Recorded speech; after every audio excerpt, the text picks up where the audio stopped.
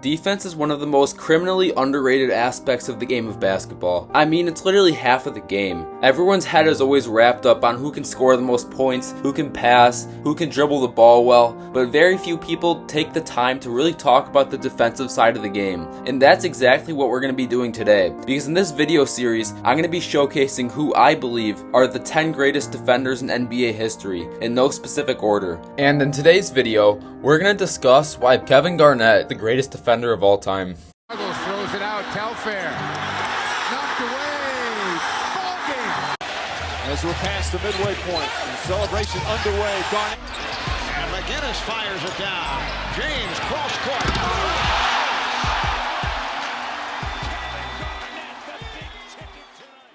Kevin Garnett, KG, the big ticket. Many people have heard of him, but I'm not sure everyone knows how truly dominant this guy was on defense. Kevin Garnett has a legit case for the greatest defender of all time. Garnett has 12 all-defensive selections over his entire career, only coming short of Tim Duncan with 15. Kevin Garnett, however, has 9 all-defensive first-team selections, which is the most in NBA history. KG also won the Defensive Player of the Year in 2008 with the Celtics. KG has so many different aspects of defense that makes him so great. First off, Garnett was an exceptional rim protector. In fact, one of the best all time. Garnett, during his prime, was one of the best shot blockers in the league. Although you look at his stats and blocks, and they look decent but not all-time great, they really don't give KG justice as to how good of a shot blocker he really was. Kevin was extremely versatile. Garnett was a lengthy 6'11" power forward that was scary athletic. He had no problem switching to any position he needed to, whether that's small and quick guards, athletic wings, or strong big men, which Garnett's build, athleticism, and overall defensive prowess made it no issue for him. Going a little off topic here, but imagine how lethal Kevin Garnett would be if he played in the modern game.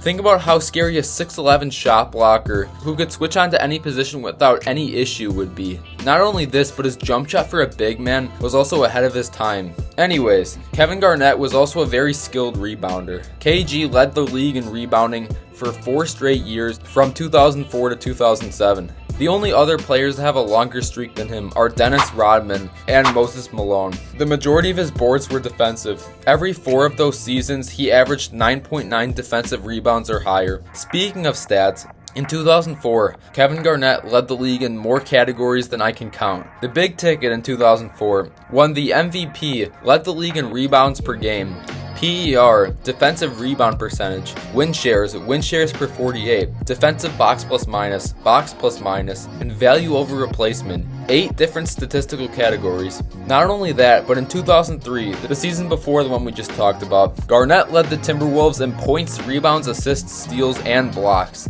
The only other players that have accomplished this in one season were Giannis in 2017, LeBron in 2009, Pippen in 1995, and Dave Cowens in 1978. Anyways, Kevin Garnett was also a very good defensive leader. KG was so good at communicating on defense, which is a really underrated skill he had. Garnett was also great at directing his teammates, organizing defensive assignments, and motivating his team to give their best effort defensively. He led by example, being the defensive force he was. KG was also known as a very physical defender. Garnett wasn't afraid to get into people's grills. Scratch that, he actually liked to get into the offense's grill. His willingness to be extra physical with his opponents made him so much more effective and weighed down the offense as the game progressed. Garnett also played the game with tremendous passion and energy, and I think this also relates to how good of a defender he was. The electrifying defense Garnett played was just contagious for his teammates. It motivated them to give their best effort on defense as well. But one of the main reasons you don't hear Garnett's name as much as some players like Tim Duncan is because of the team success KG lacked. Garnett, for the first 12 years of his career, and the majority of his prime, played for the Timberwolves, who just couldn't develop a title-contending roster around him to save his life. So like Damian Lillard but 20 years ago.